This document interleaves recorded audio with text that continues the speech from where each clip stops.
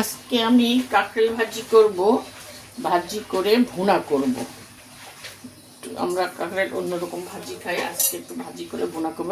এটাকে আমি গোল গোল করে কেটে নিয়েছি, দেখেন এভাবে গোল গোল মোটা মোটা করে কেটে নিয়েছি। এখন আমি মশলা মাখিয়েছি, এটাকে আমি এখন ভেজে নিব। ফ্রাই প্যানে তেল দিয়েছি, তেলটা গরম হয়েছে। এখন আমি এটাকে দিয়ে হালকা একটু করে ভেজে নেব। এখন আমি এটাকে একটু উল্টে দিচ্ছি, উল্টে এটাকে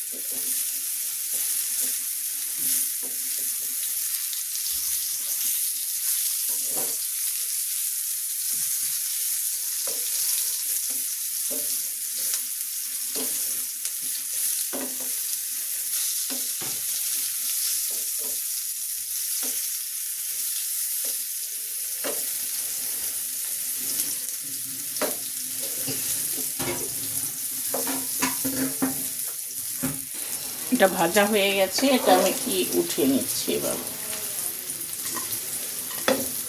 উঠিয়ে আমি আরেকটা ভাজবো। এটাও আমার ভাজা হয়ে গেছে। এটা সিদ্ধ হওয়ার দরকার নাই, কারণ এটাকে আমি আবার ভুনা করব, এর জন্য জাস্ট একটু এপিট ওপিট ভেজে নিলাম। কারণ এটাকেও আমি উঠিয়ে নিচ্ছি। আমি একটা কড়াই বসিয়ে নিয়েছি, এখন আমি এটার মধ্যে তেল দিচ্ছি।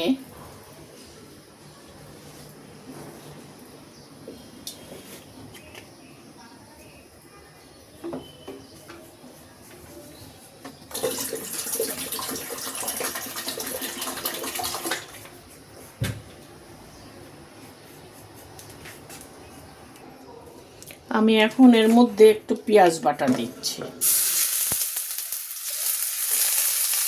পুরো আস্তে করে নিয়েছি যাতে বেশি ছিটে না পড়ে। 2-3টা পেঁয়াজ আমি বেটে নিয়েছি।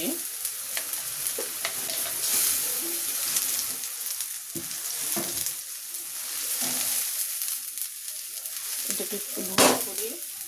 এর সাথে আমি একটু আদা রসুনের পেস্ট দিচ্ছি, 1 চামচের মতো। এটাকে আমি এখন ভুনা করে নিই একটু। আদা রসুনটা এটা একটু ভুনা হয়ে গেছে, এখন আমি একটু পানি দিচ্ছি। মশলাটা দিব যাতে পুড়ে না যায়। এখন আমি মশলাটা দিচ্ছি।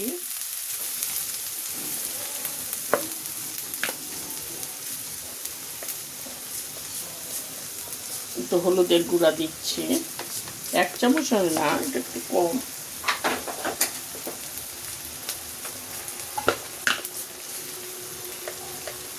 একটু মরিচের গুঁড়া দিচ্ছি 1 চামচের মতো।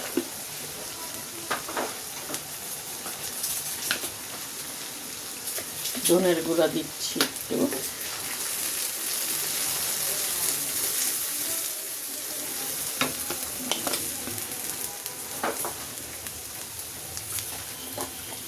একটু জিরার গুঁড়া দিই।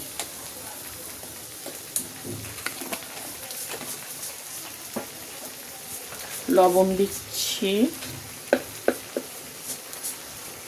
ভাজার সময় লবণ দিয়েছি, তারপরে একটু। এখন আমি দিচ্ছি পরে একটু, মশলাটা যেহেতু পরে একটু দেখব। এটাকে আমি এখন ভালো করে একটু ভুনে নেই। আমি এখন এখানে 1/2 চামচ কাশ্মীরি মরিচের গুঁড়া দিচ্ছি, বেশি দিব না, অল্প একটু দিব।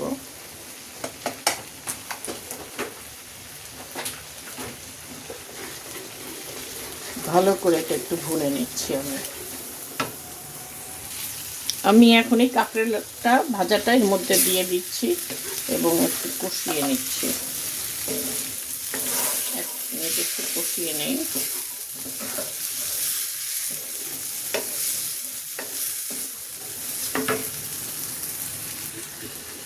এখন আমি এর মধ্যে কিছু পেঁয়াজ দিচ্ছি, এরকম গোল গোল করে কেটে নিয়েছি পেঁয়াজটা,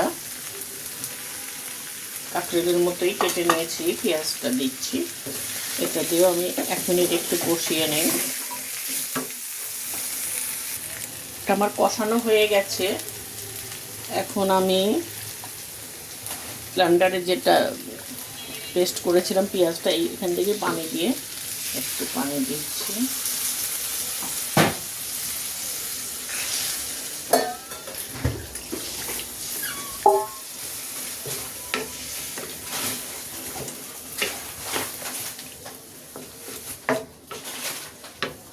শব্দ করো না।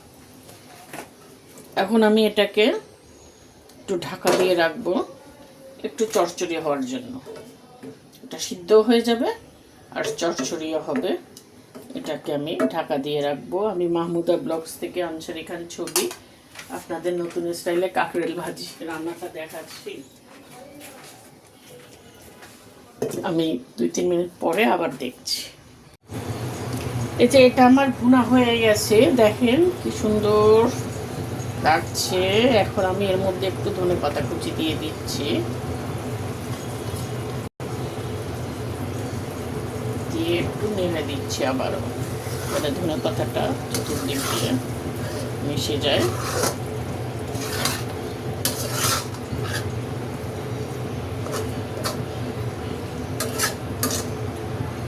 আপনারা এইভাবে একদিন রান্না করে খেয়ে দেখবেন, গরম ভাতের সাথে খুবই মজা লাগে।